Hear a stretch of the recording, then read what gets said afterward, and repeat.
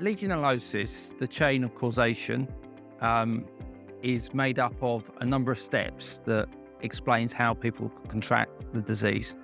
Initially, you have the presence of Legionella bacteria that comes into the mains.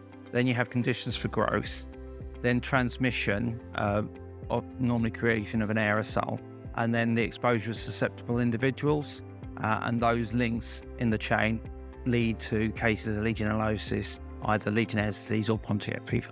So if we were going to apply a causal chain to an example such as the system behind me, we start off by looking at the mains, incoming mains, where we have Legionella bacteria, small amounts coming in into the system via the mains. So an example of how Legionella bacteria can proliferate or amplify within a water system is when you have a system that's not operating at the correct temperatures. So if this water system is the water within this system is between 20 and 45 degrees, this will allow the growth of bacteria optimally at 37 degrees. So it's really important that we maintain temperatures above 45 degrees, ideally 50 for Legionella control, and below 20 degrees. An example of where you can get aerosolization of the water is when you have a washhand basin where the water impacts the surface of the basin itself, and that allows the bacteria to become aerosolized, which means then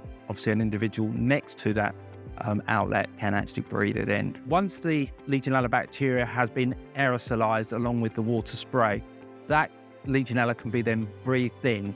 And once it's breathed in, it gets into our lungs.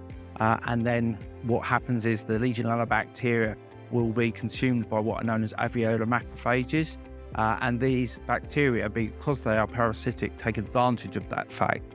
And effectively, due to that reason, they cause infection in the lung, which then lead to symptoms of flu and subsequently pneumonia. Those that are most affected by exposure to Legionella bacteria are those of an older age. So typically we say over the age of 45, but particularly the elderly are much more susceptible.